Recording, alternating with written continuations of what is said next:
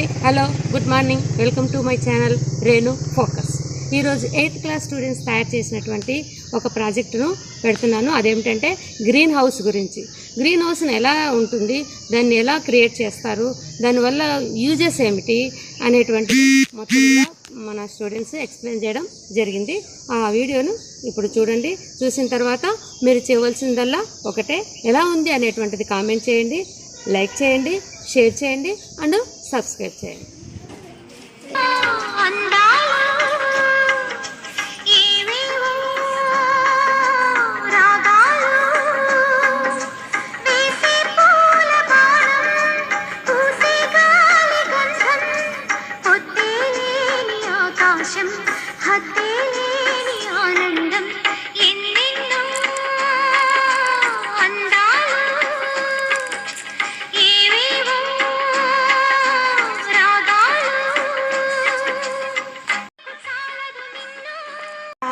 అందాలు ఏవేవో రాగాలు, వేసే పూల బాణం, పూసే గాలి గంధం, పొద్దే లేని ఆకాశం, హద్దే లేని ఆనందం, ఎన్నెన్నో అందాలు ఏవేవో రాగాలు.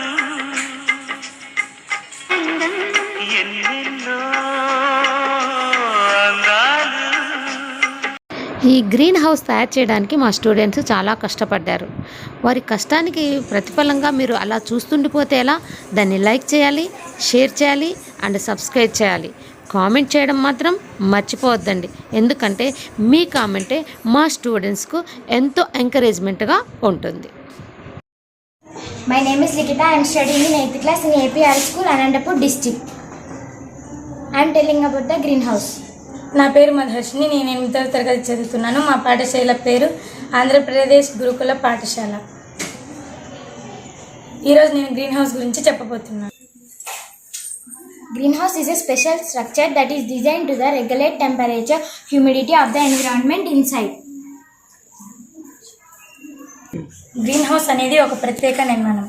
ఇది లోపల వాతావరణం యొక్క ఉష్ణోగ్రత మరియు తేమను నియంత్రించడానికి రూపొందించబడింది. There are different types of greenhouses. వివిధ రకాల గ్రీన్ హౌస్లు ఉన్నాయి. But they all have large areas. కానీ అవి పారదర్శక పదార్థాలతో కప్పబడిన పెద్ద ప్రాంతాలను కలిగి ఉంటాయి. Covered with transparent materials that let sunlight and pass to block it has heat. ఇవి సూర్యరశ్మిని దాటి వేడిగా నిరోధించబడతాయి.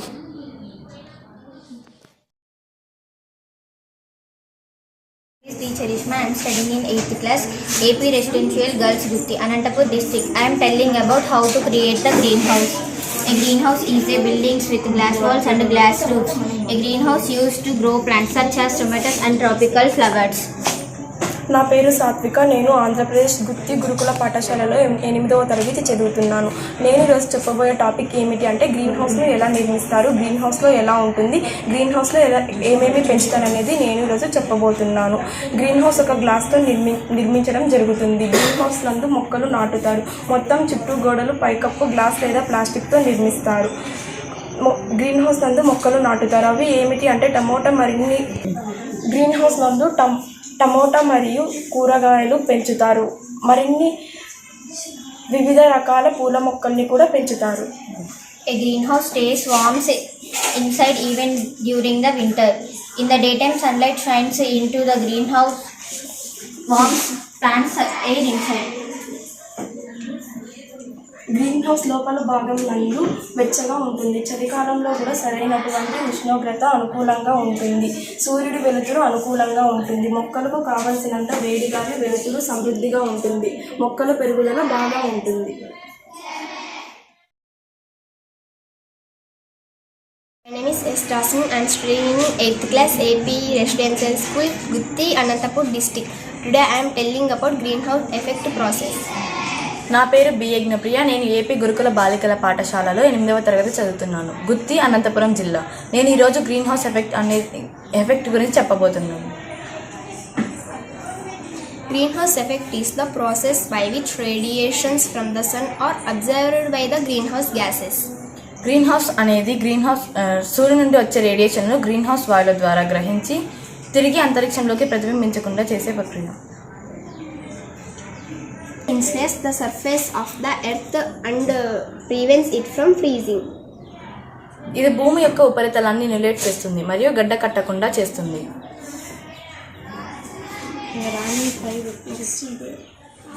The influence of the greenhouse gases like carbon dioxide, methane, nitrous oxide and water vapor. Green house ప్రభావానికి కారణమయ్యే ప్రధాన వాయువులలో carbon dioxide, methane, nitrogen oxide మరియు నీటి ఆవిరి ఉన్నాయి. And added to synthetic fluorinated gases as they work as the greenhouse gases. ఇవి సహజ సమ్మేళనాలతో పాటు సింథటిక్ ఫ్లోరినేటెడ్ వాయువులు కూడా గ్రీన్ హౌస్ వాయువులుగా పనిచేస్తాయి.